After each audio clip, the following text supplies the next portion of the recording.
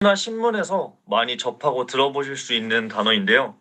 최근 코로나19 팬데믹으로 인해 비대면 환경이 일상화되면서 더욱 가속화되어 떠오르고 있는 바로 이 메타버스가 무엇인지를 주제로 여러분들에게 발표를 진행하고자 합니다. 그럼 이 메타버스가 뭔지 지금 바로 진행해 보도록 하겠습니다. 먼저 간단히 목차 소개해드리고 넘어가겠습니다. 첫 번째, 메타버스란을 시작으로 메타버스의 정의와 메타버스가 도대체 왜 이렇게까지 떠오르는지 메타에서부터 메타버스의 현황을 끝으로 발표를 마치도록 하겠습니다. 메타버스란 무엇일까요? 메타버스란 대체 뭐길래 정부에서 수백조 단위의 예산을 투입을 하고 각 기업들이 메타버스 산업에 뛰어드는 것일까요? 아마 메타버스에 대해 이미 어느 정도 들어보고 알고 계신 분들은 짐작이 가실지도 모르겠네요. 메타버스가 무엇인지, 어떤 이유로 이렇게까지 급부상하게 되었는지 한번 알아보도록 하겠습니다. 현재 메타버스의 정의를 인터넷에서 검색을 통해 종합하여 보면 통용적으로 현실 세계와 같은 사회, 경제, 문화 활동이 이루어지는 3차원의 확장 가상 세계라고 정의되고 있습니다. 그러나 메타버스의 정의는 각 기업마다, 각 사람마다 주장하고 받아들이는 점이 다르기 때문에 앞에 말씀드린 통용적 정의 부분은 대략 이런 거구나 라는 식으로 참고만 하시는 정도로 이해하시면 좋을 것 같습니다. 메타버스의 용어적 정의로는 가상, 초월을 의미하는 단어인 메타, 그리고 세계, 우주를 의미하는 단어인 유니버스의 합성어로 가상의 세계, 초월적 세계 또는 초월적 우주 등과 같은 단면적 의미도 포함되고 있습니다. 메타버스의 정의만 딱 들어서는 들어봐도 별거 아닌 것 같은데 대체 이게 뭐라고 이렇게까지 난리들인 거지? 라는 생각이 드실지도 모르겠네요. 사실 저도 처음에 검색을 통해 메타버스의 정의만 딱 접했을 때는 그래서 메타버스가 뭔데? 왜 이렇게까지 뜨는 건지는 잘 모르겠는데? 라는 반응이었거든요. 메타버스가 왜 이렇게까지 떠오르는지, 어떤 특징을 가지고 있길래 이렇게 많은 인기를 가지게 되었는지에 대해 알아보도록 하겠습니다. 최근 코로나19 팬데믹으로 인해서 우리의 일상이 많이 바뀌었죠. 바로 대면 환경을 주로 이루었던 학교나 직장 또는 학원 시설을 비롯해 여러 각종 행사들이 비대면 환경으로 대부분 전환되었습니다. 이러한 비대면 환경의 일상화가 메타버스에 대한 스포트라이트 효과로서 많이 비추어지게 됩니다. 왜일까요? 메타버스는 현실과 가상의 접점이자 함께 공진할 수 있는 세계관입니다. 비대면 환경 속에서 요즘 급격히 떠오르며 원격 근무나 회의의 메타로 등장한 게더타운이 좋은 예시로 떠오르는데요. 비대면이지만 함께 있는 것과 같은 몰입감과 생동감, 그리고 재미까지 더해진 메타버스는 코로나19로 인한 비대면 환경 속에서 우리를 더 긴밀하게 이어주고 비대면으로 인한 한계를 초월하여 우리들의 일상 속에 비추어지고 있습니다. 또한 메타버스는 시공간의 제약을 받지 않습니다. 어디서나 언제든 메타버스에 접속할 수 있는 모바일 기기나 AR, VR 기기 등이 있다면 참여가 가능합니다. 더불어 VR과 AR 메타버스의 경우는 우리가 현실적으로 경험해 보기 힘든 일이나 여러 액션들과 같은 상황들을 경험해 볼 수 있음으로써 불가능을 가능케 한다라는 특성을 가지고 있다고 볼 수 있습니다. 끝으로 메타버스에서는 경제 활동이 가능합니다. 물론 모든 메타버스 플랫폼에서 수익 창출을 비롯한 경제 활동이 되는 것은 아닙니다. 네이버의 제프토의 경우 플랫폼 내에서 아바타 아이템을 제작하여 실제 수익 창출이 가능하며 로블록스의 경우 로벅스라는 자체 화폐를 통해 거래를 할 수 있습니다. 최근 NFT 관련해서 많은 이슈들을 접해보셨을 텐데요. NFT를 이용하여 자신이 만든 창작물이나 예술작품 등을 거래하며 수익을 낼 수 있는 경제 활동이 가능한 모습을 볼 수 있습니다. NFT 역시 메타버스와 함께 커플링처럼 떠오르고 있는 각광을 받고 있는 분야인 만큼 아무래도 함께 주목을 받는 경향이 크다고 볼 수 있습니다. 종합하여 보면 코로나19로 인한 비대면 일상 속에서 시공간의 제약을 받지 않고 현실로서는 경험하거나 체험하기 힘든 일이나 액션 등을 체험할 수 있으며 나아가 수익 창출이 가능한 경제 활동이 확장되는 이러한 메타버스는 현 우리 사회의 상황을 비추어 봤을 때 충분히 주목받을 만한 가치가 있다고 생각이 듭니다. 다음은 앞서 설명한 메타버스에 대한 여러 가지 유형들입니다. 해당 PT에서는 현재 가장 범용적으로 받아들여지고 있는 ASF의 메타버스 4가지 유형 모델을 기준으로 메타버스 유형들에 대해 말씀드리고자 합니다. 비영리 기술단체이자 미국 미래가속화 연구재단인 ASF는 외적인 측면과 사적인 측면, 그리고 증강과 시뮬레이션 이렇게 두 축을 기준으로 메타버스를 총 4가지 유형으로 분류합니다. 이 4가지 유형의 메타버스는 일상기록, 라이프로깅, 증강현실, 어그멘티드 리얼리티, 거울세계, 미러월스, 가상세계, 버추얼월스로 구성되어 있습니다. 현 메타버스의 유형을 분류한 분류 모델 중에서는 ASF의 4가지 유형 분류가 가장 정석에 가깝게 채택되고 있으며 이후 설명드릴 4가지 유형은 사분면에 위치한 다음 항목들과 같습니다. 먼저 일상기록인 라이프로깅 유형입니다. 일상기록은 일상을 인터넷 또는 스마트 기기에 기록하고 저장하는 일상의 디지털화라고 볼 수 있습니다. 저희가 쉽게 이해할 수 있는 라이프로깅의 예시론 페이스북, 인스타그램 등의 SNS, 그리고 최근 많은 판매량을 통해 스마트템이나 패션 아이템으로 떠오르고 있는 애플워치나 갤럭시 워치 등이 있습니다. 특히 SNS가 가장 대표적인 라이프로깅의 사례로 말 그대로 여러분들의 일상, 페이스북과 인스타그램의 스토리나 게시글 등으로 여러분들이 먹은 음식 사진, 여행 사진, 각종 셀카 등 이런 종합적인 부분들을 이제 다 통틀어서 여러분들의 일상, 그 인스타 자주 하시는 분들, 특히 인플루언서에 가깝게 활동하시는 분들은 더 이해를 잘 하실 수 있을 거라고 생각해요. 그 해시태그의 샵 일상스타그램, 샵 데일리, 샵 일상, 샵 선팔하면 마팔, 소통해요 이런 거 많이 하시죠? 그렇듯 자신의 일상을 기록하고 저장하는 행위가 모두 라이프로깅에 속합니다.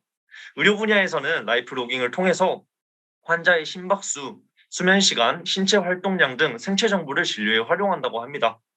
주요 키워드로는 일상을 기록, 저장, 그리고 대표적 예시로 들었던 SNS, 끝으로 생체 정보 이렇게 이해하시면 이해가 좀 더 쉬우실 것 같습니다. 다음은 증강현실입니다. 현실의 가상 이미지가 더해지는 것인데요. 현실과 가상의 절묘하고 신기한 조화라는 말이 참 와닿는 것 같습니다. 증강현실은 앞서 말한 대로 현실의 이미지나 배경에 가상 이미지를 겹쳐서 하나의 영상으로 보여주는 기술을 뜻합니다. 대표적 예시론 카메라 어플 중 사용자를 아주 사기꾼으로 만들어버리는 세기꾼의 최강 플랫폼인 스노우가 예시로 들어질 수 있겠네요. 최근에는 또 잠잠해지긴 했지만 예전에 막 출시되었을 때 엄청난 붐을 일으키며 희귀한 포켓몬 또는 전설의 포켓몬을 잡겠다고 막 강원도로 여행을 가고 집 지붕 위에 올라가서 막 핸드폰을 들이밀고 하는 등의 좀 여러 가지 웃긴 이슈들을 만들어낸 포켓몬고 플랫폼이 있고요. 마지막 예시론 자동차에 대해 어느 정도 아시는 분들은 아시겠지만 헤드업 디스플레이라고 불리우는 HUD가 있습니다. 모르시는 분들을 위해 짧게만 설명드리고 가자면 그 운전자석 앞에 이제 유리 쪽에 보시면 내비게이션에 현재 이제 루트라든지 자동차가 현재 주행하고 있는 주행 속도가 이렇게 빛으로 표시되어 있는 것을 한 번쯤은 보신 적이 있으실 텐데요. 바로 이게 헤드업 디스플레이인 HUD입니다. 다시 특징으로 돌아와서 가상현실과 증강현실과 둘 다 가상적 요소가 반영이 되는 건데 별로 다를 게 없지 않냐 이렇게 물어보시는 분들이 있으실 수 있습니다. 이 부분에서 가상현실의 주체는 실제 현실이 반영되고 있지 않는 허상이고 증강현실은 카메라를 통해 현재 우리가 살고 있는 세계와 사회가 보이는 실상인 점이 다른 점이자 특징이라고 볼 수 있습니다. 가상현실에 비해 현실 세계의 가상의 일부가 투영되는 것이므로 실제 사용자의 측면에서는 가상현실보다 증강현실이 좀 더 몰입감이 높고 현실적인 생동감이 반영될 수 있겠죠. 주요 키워드로는 현실, 그리고 가상 이미지, 실상이 될 수 있겠네요. 세 번째로 거울 세계입니다. 바로 현실 같은 가상 세계인데요. 거울 세계란 현실 세계를 가능한 사실적으로 있는 그대로 나타내되 정보적으로 확장된 가상 세계를 뜻합니다. 정의의 끝말은 결국 가상 세계이므로 어찌됐든 거울 세계로 가상 세계인데 왜 유형이 가상 세계와 거울 세계로 따로 나누어져 있지? 라고 궁금하실 수 있을 것 같습니다. 이유는 바로 앞에 말씀드린 정의에 강조된 가능한 사실적으로 있는 그대로 나타내는 에 있습니다. 거울 세계의 예시로 구글 어스와 어스2 플랫폼이 있는데요. 가상세계를 소개하는 부분에서 다시 한번 말씀드리겠지만 거울세계의 예시인 구글어스, 어스2와 가상세계의 예시인 마인크래프트, 제페토, 디센트럴랜드의 가상세계적 특징을 생각해 보시면 아마 납득이 가실 것 같습니다. 바로 가능한 사실적으로 있는 그대로의 특징이 뚜렷하게 분류되어지는 부분일 겁니다. 다시 거울세계의 특징으로 돌아와 거울세계 사용자는 거울세계를 이용함으로써 현실세계에 대한 정보를 획득할 수 있습니다.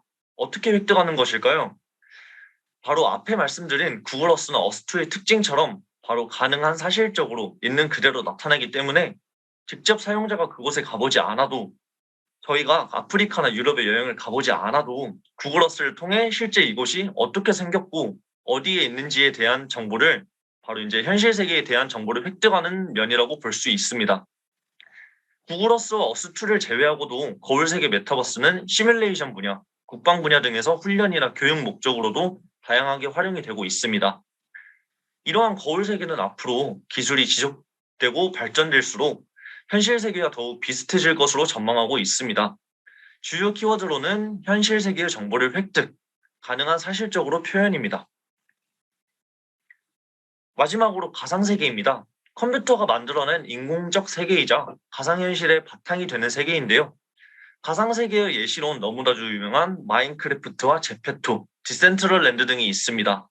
예시엔 빠져있지만 유명한 친구인 로블록스 역시 가상세계의 예시에 포함이 됩니다. 예시에 잘 반영되듯 가상세계는 현실에 구애받지 않는 상상의 세계이며 메타버스의 부상 이유이자 특징이었던 불가능을 가능하게 하는 특성이 잘 드러나 있는 부분입니다. 예시로 들어진 플랫폼들이 게임형 메타버스로 예시가 들어진 탓에 날카로우신 분들은 가상세계의 예시로 들어진 메타버스랑 일반적 게임이랑 다른 게 뭐지? 라는 좀 의문을 좀 가지실 수 있습니다. 물론 컴퓨터 게임도 이 두 가지 특징인 컴퓨터로 만들어진 인공적 세계, 현실을 구애받지 않는 상상의 세계에 포함이 됩니다. 그러나 메타버스의 정의상 가상세계는 전통 게임보다 몰입감, 여기서 말하는 몰입감은 좀 더 우리 실생활에 가까운 현실성 있는 몰입감을 말합니다. 이 몰입감이 좀 더 높고 가장 중요하고 메타버스에서 강조되는 현실과 가상 간 연결성에 초점이 맞추어진다는 점에서 좀 다른 모습을 보인다고 볼 수 있습니다. 또한 최근 작성된 기사로 게임물관리위원회에서 메타버스는 게임과는 다르다는 연구 결과를 발표하며 게임과 메타버스의 다른 점이자 메타버스만의 특징으로 결과가 결정되지 않고 이용자의 결정에 따라 바뀌는 개방형 구조를 메타버스는 갖고 있으며 메타버스 내 통용되는 가상화폐가 있다는 점, 그리고 생산적 및 경제적 활동이 가능한 점을 메타버스와 게임이 다르다는 점으로 꼽았습니다. 가상세계의 주요 키워드로는 컴퓨터로 만들어진 현실에 구애받지 않는 몰입감, 현실과 가상 간 연결성이 될 수 있겠네요. 여기까지 메타버스가 무엇인지, 왜 떠오르게 되었는지, 특징은 어떠하고 어떤 유형들이 있는지에 대해 설명을 드렸습니다. 여러분들이 잘 이해가 되셨다면 너무 기쁘고 뿌듯할 것 같네요. 여기까지 저의 발표를 마치고 이후 메타버스의 기술 부분부터는 진성님의 발표로 이어지게 되겠습니다. 들어주셔서 감사합니다. 네, 발표를 이어서 진행하겠습니다. 다음 목차는 메타버스 매개 기술입니다. 메타버스 매개 기술은 AR, VR, MR, XR 총 4개의 기술로 나누어집니다. 앞에서 도현님이 설명한 바와 같이 AR은 현실의 이미지나 배경의 가상 이미지를 겹쳐서 하나의 영상으로 보여주는 기술, VR은 만들어 놓은 가상의 세계에서 사람이 실제와 같은 체험을 할 수 있도록 하는 기술을 의미합니다. 정의만 들었을 경우 서로 간에 겹치는 부분이 명백하게 존재하게 되는데 AR과 VR의 차이점은 무엇인지, 또한 MR과 XR은 무엇인지 각각 기술적인 차이점을 통해 설명해 드리겠습니다. 증강현실인 AR부터 설명해 드리겠습니다. AR 기술은 현실을 인식하는 데 초점이 맞춰져 있습니다. 현실을 인식하는 데도 많은 기술들이 존재하는데 그중 대표적인 기술 3가지를 가지고 와보았습니다. 첫 번째는 마커 기반 AR입니다. 마커 기반은 공간을 인식하는 방법 중 하나입니다. 마커는 한글로 번역하면 표식을 뜻하는데요. 1번 사진을 보시면 종이 위에 특정 표식이 있는 것을 알 수 있습니다. 핸드폰의 카메라 기능을 그 표식을 촬영했을 때 표식이 아닌 집이 그 공간에 위치해 있는 것을 볼 수 있습니다. 이렇듯 마커 기반 기술은 특정 표식을 인식하여서 가상의 물체를 위치시키는 기술입니다. 정확한 마커 기반 AR의 예시는 아니지만 여러분들의 이해를 돕기 위해 예시를 들자면 QR코드가 있습니다. 아마 여러분들도 코로나 때문에 식당에 가시거나 카페를 가실 때 QR코드를 찍어 보신 적이 있으실 겁니다. QR코드를 앨범 사진과 빗대어 표현하자면 여러분의 핸드폰에 있는 QR코드가 종이 위에 있는 특정 표식이 되는 것이고 QR코드를 인식하는 QR 체크인이 핸드폰 카메라라고 생각하시면 더욱 이해하기 쉬우실 것입니다. 두 번째는 마커리스 기반입니다. 마커리스 기반은 마커 기반과는 다르게 표식을 사용하지 않고 공간을 인식하는 기술입니다. 마커 기반은 객체를 인식하는 기술에 가깝다면 마커리스는 공간 자체를 인식하는 기술입니다. 마커리스 기반은 영상의 특징점을 추출하는 대표적인 방식인데요. 여기서 특징점이라 함은 공간에 나타나는 모든 객체의 크기나 위치, 방향, 색상 등을 말합니다. 아무래도 마커리스 기반은 마커 기반보다 자유도가 높아서 위치 기반을 제공하는 서비스에 활용을 많이 합니다. 이에 대표적인 플랫폼들은 포켓몬고, 가구 배치 어플인 이케아 플레이스 등이 있습니다. 마지막은 프로젝트 기반 AR입니다. 여기서 말하는 프로젝트는 빔 프로젝트를 생각하시면 됩니다. 프로젝트 기반 방식은 빔 프로젝트처럼 빛을 이용해서 가상의 물체를 현실에 투영하는 방식입니다. 대표적인 예시로는 홀로그램이 있는데요. 아마 어벤져스나 아이언맨을 보신 분들은 홀로그램이 어떤 건지 충분히 이해하실 수 있으실 겁니다. 영화 주인공인 아이언맨이 자비스라는 컴퓨터를 부르면 이제 3번의 그림처럼 가상의 물체를 현실에 투영시켜주는 이러한 기술들의 프로젝트 기반 AR이라고 생각하시면 됩니다. 다음은 가상현실인 VR입니다. VR은 어떤 장비를 사용하냐에 초점이 맞춰서 완전 몰입형 VR과 부분 몰입형 VR로 나눌 수 있습니다. 완전 몰입형 VR은 이제 VR 장비를 사용하였을 때 인간이 실제로 보고 만지는 것과 같은 또는 감각적 효과를 느끼게 해주는 생생한 환경을 말합니다. 즉, VR 장비를 사용하는 사람이 직접 가상의 세계에 입장하여서 활동을 하거나 또는 다른 사람들과 의사소통을 할 수 있는데요. 이러한 VR 기기는 오큘러스 퀘스트 2가 대표적이며 VR 플랫폼으로는 제페토, 마인크래프트, VR 챗 등이 있습니다. 아마 직접 장비를 사서 체험해 보신 분들은 아시겠지만 장비의 불편함은 조금 있습니다. 하지만 이러한 점을 고려한다고 하더라도 마치 진짜 현실 같은 느낌을 구현해 줍니다. 저도 실제로 오큘러스 퀘스트 2를 통해 롤러코스터 VR을 체험해 보았는데요. 마치 제가 실제 롤러코스터에 탄 것처럼 흔들림이라던가 속도감 같은 것들이 현실로 느낄 수 있었습니다. 뿐만 아니라 제가 놀이기구를 타면 멀미가 나는 그런 현상이 있는데 롤러코스터 VR을 체험했을 때 실제로 멀미가 나서 조금 당황했던 적이 있습니다. 이렇듯 완전 몰입형 VR은 현실에 많은 움직임을 요구하지 않음에도 높은 몰입감을 주는 특징을 가지고 있습니다. 이와 반대로 두 번째는 부분 몰입형 VR이 있습니다.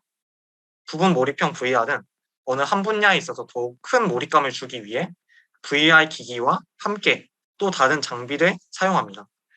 그 예시로는 오락실에 존재하는 VR 게임이나 VR 러닝머신, VR 자전거 등이 있습니다. 만약 VR 자전거를 탄다면 사용자가 직접 자전거 페달을 움직여서 집에서도 실제 자전거를 타고 이동을 하는 것처럼 느낄 수가 있습니다. 뿐만 아니라 몇 킬로 이동했는지, 내가 자전거를 몇 시간 타고 있었는지 이런 것들을 VR 기기를 통해서 확인하실 수 있습니다. 즉 부분 몰입형 VR은 사용자가 직접 자각할 수 있는 현실의 환경에 대해서 컴퓨터가 더 많은 정보를 부여할 수 있다는 큰 장점이 있습니다. 다음은 MR입니다.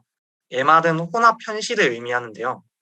MR은 가상 세계와 현실 세계를 합쳐서 새로운 정보를 만드는 기술입니다. 가상 현실을 현실 세계에 그대로 옮겨놓은 개념인데요. AR 형태의 진화된 버전이라고 생각하시면 됩니다. 예를 들면 앞에서 설명한 포켓몬고는 단순 이미지인 포켓몬이 현실 공간에 더해진 것 뿐이지만 MR은 이러한 것과 다르게 실제 영상에서 보이는 사물의 깊이나 형태까지 측정이 가능합니다. 3D 형태로 가상 이미지가 더해져 현실감이 더욱 풍부해졌다는 것이죠. 뿐만 아니라 가상 이미지를 360도 돌려서 관찰할 수도 있습니다. 이렇듯 MR은 쉽게 말해 VR과 AR의 장점을 합쳐 놓은 것이라고 표현할 수 있습니다. MR은 VR이 주는 몰입감과 AR이 주는 상호작용을 동시에 느낄 수 있을 겁니다.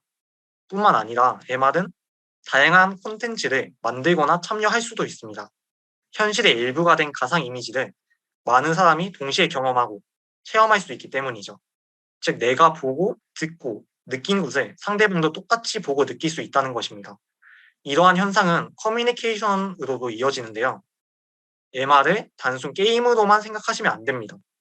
커뮤니케이션이 올라간다는 것은 협업을 하는 데도 많이 사용될 수 있다는 뜻이기도 합니다.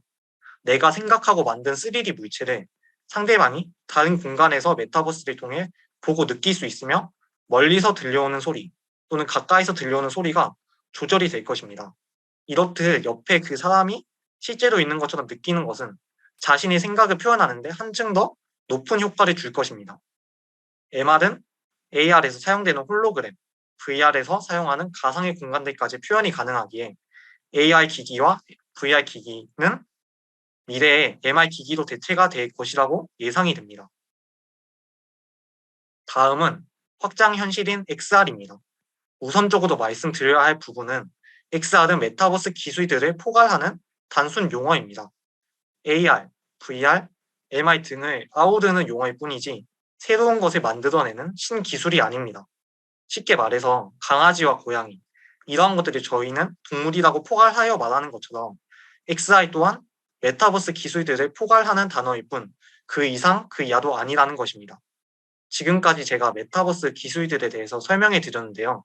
저희가 메타버스 관련 프로젝트를 진행하면서 메타버스에서 사용하는 용어들이 사람마다 매우 다르게 정의된다는 것을 알게 되었습니다. 방금 설명해 드렸던 XR 또한 저희가 여러분들을 이해시킬 수 있도록 최대한 용어를 정리하여 설명한 것뿐이지 확실한 정의는 아니라는 것입니다. 그렇기에 인터넷상에서 또는 다른 설명회에서 메타버스나 메타버스 기술들에 대해 설명을 들으실 때 메타버스에 대해서 또 다르게 느끼실 수 있다는 점을 알아주셨으면 합니다. 이어서 메타버스 현황에 대해서 설명해 드리도록 하겠습니다.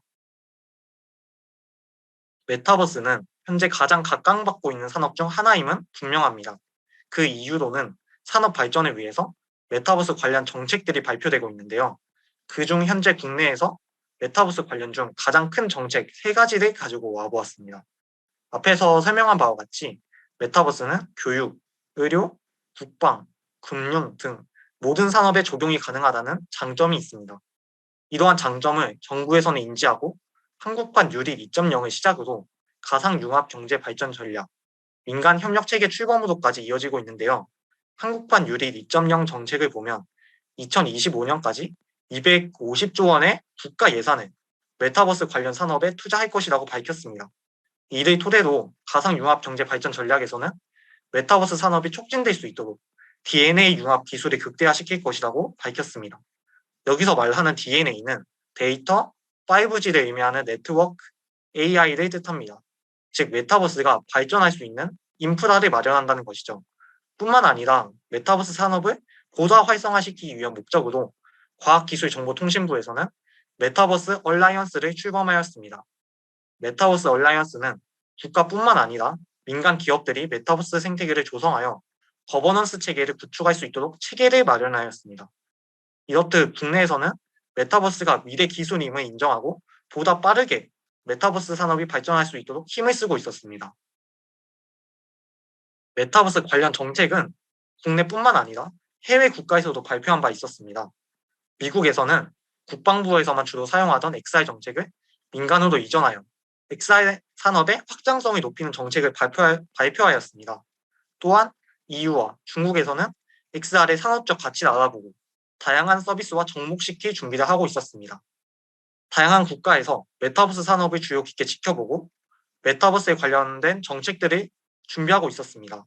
각 국가들이 메타버스에 이렇게 집착하는 이유는 바로 산업적 이용 가능성이 매우 크다는 것인데요. 3D로 우주 영상을 담는다던가 메타버스를 통해서 면접을 본다던가 더 나아가 디지털 트윈을 통해 가상의 공장을 만들어 시뮬레이션을 돌린다던가 이러한 메타버스의 활용 가능성이 점점 커지고 있다는 점, 이러한 것들이 증거라고 할 수 있습니다. 메타버스 상에서 시뮬레이션을 돌리는 것은 경제 생산성을 극대화시킬 수 있는 방법 중 하나입니다. 가상의 세계에서 시뮬레이션을 돌림으로써 현실 세계에서의 시행착오를 겪지 않아도 된다는 점, 이 뜻은 비용을 줄일 수 있다는 뜻이기도 합니다. 사업가의 숙명은 이익을 극대화하는 것인데 메타버스라는 선택지는 생산성도 늘려주고 비용 또한 줄여주기에 결코 무시할 수 없는 선택지일 것입니다. 그렇기에 메타버스는 우리의 미래라고 감히 표현할 수 있을 것입니다. 물론 메타버스가 사람마다 다르게 정의되고 있는 것은 사실이지만 명백한 건 메타버스가 과학기술의 발전에 지대한 영향을 끼친다는 사실입니다. 다음은 메타버스의 현 위치에 대해서 설명해 드리겠습니다. 가트너에서 제공한 하이퍼사이클에 따르면 메타버스는 현재 거품 단계에 위치해 있습니다. 하이퍼사이클은 시간에 따라서 5단계로 나누어지는데 메타버스가 위치한 거품 단계는 현실적인 능력 이상의 기대가 생성됨에 따라 거품이 끼어있는 상태를 말합니다. 메타버스가 거품 단계에 위치해 있는 이유는 크게 3가지가 있는데 첫 번째 이유는 메타버스의 광범위한 정의입니다. 광범위한 정의는 어느 한 곳에 한정되지 않는다는 장점이 있지만 반대로 합의된 결과에 도출되지 못하는 단점이 있습니다. 아직까지 메타버스의 정확한 정의는 없으며 사람마다 또는 기업마다 정의하는 방식이 다릅니다. 두 번째는 다양한 기술의 융복합체라는 것입니다. 다양한 기술을 접목시킴으로써 자유분방하지만 통일된 기술 생태계가 존재하지 않아 표준화의 기준이 없다는 것입니다. 세 번째는 다양한 분야 산업들의 연계입니다. 메타버스는 수많은 산업들과 연계되기에 법적인 테두리에 넣기 어려움이 있습니다. 메타버스가 게임이라고 하는 사람들도 많으며 이에 대한 논의는 끊기지 않고 있습니다. 뿐만 아니라 콘텐츠적 문제, 저작권 법적 문제, 국가적 문제 등 확장성과 활용성은 매우 뛰어나지만 법적 테두리의 규율함에 있어서 우리가 메타버스를 포용하기에 아직 준비가 되어 있지 않습니다. 이렇듯 메타버스는 정말 복잡하고 혼란스러울 뿐만 아니라 이해하기도 정말 어렵습니다.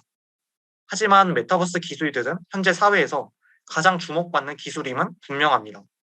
그렇기에 수많은 기업들이 메타버스에 투자하고 있는 것도 필연적이라고 말할 수 있습니다.